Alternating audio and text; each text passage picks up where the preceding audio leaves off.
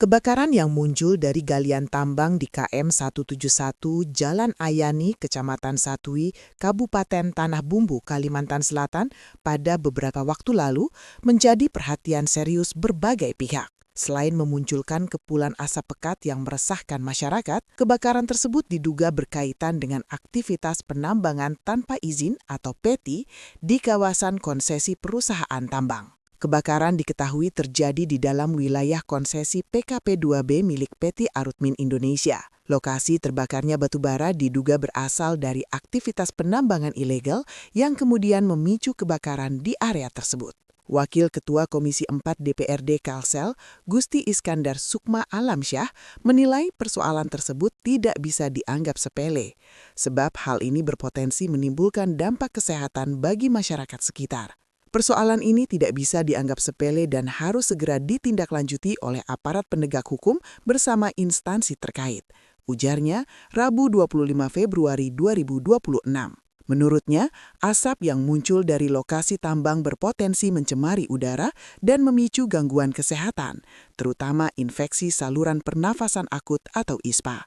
Karena itu, ia meminta dilakukan identifikasi menyeluruh untuk memastikan penyebab kebakaran. Apakah ini faktor alamiah atau sengaja, itu yang perlu diidentifikasi, katanya. Ia juga meminta keterlibatan lintas instansi, mulai dari Dinas Kesehatan, Dinas Lingkungan Hidup, hingga kepolisian, agar dampak terhadap masyarakat dapat diminimalkan. Ketua DPRD Kalsel, Supian Haka, turut meminta agar penanganan kebakaran lahan tambang di KM 171I dilakukan secara cepat, karena dampaknya sudah terasa oleh masyarakat maupun pengguna jalan yang melintas di kawasan tersebut. Kita minta cepat tanggaplah untuk menyelesaikan masalah ini, katanya. Ia mengatakan instansi terkait khususnya Dinas Lingkungan Hidup Provinsi Kalsel telah turun ke lokasi untuk melihat kondisi di lapangan dan menilai tingkat kerusakan yang terjadi. Sebelumnya, PLT Kepala Dinas Energi dan Sumber Daya Mineral Kalsel, Nasrullah, menjelaskan bahwa pemerintah provinsi tidak memiliki kewenangan langsung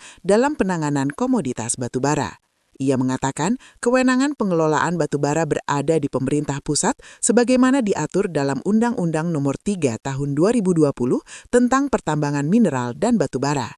Perlu kami sampaikan bahwa komoditas batubara menjadi kewenangan pemerintah pusat sesuai ketentuan Undang-Undang Nomor 3 Tahun 2020 sehingga secara regulasi Dinas ESDM Provinsi Kalimantan Selatan tidak memiliki kewenangan langsung dalam penanganannya, katanya Selasa 24 Februari 2026. Meski demikian, Dinas ESDM Kalsel telah menyampaikan surat kepada Direktur Jenderal Penegak Hukum serta Direktur Teknik dan Lingkungan Direktorat Jenderal Mineral dan Batubara terkait informasi kebakaran batubara yang diduga berasal dari aktivitas penambangan tanpa izin di KM 171I. Surat serupa juga disampaikan kepada Direktur Teknik dan Lingkungan Direktorat Jenderal Mineral dan Batubara sebagai bagian dari upaya percepatan penanganan di lapangan.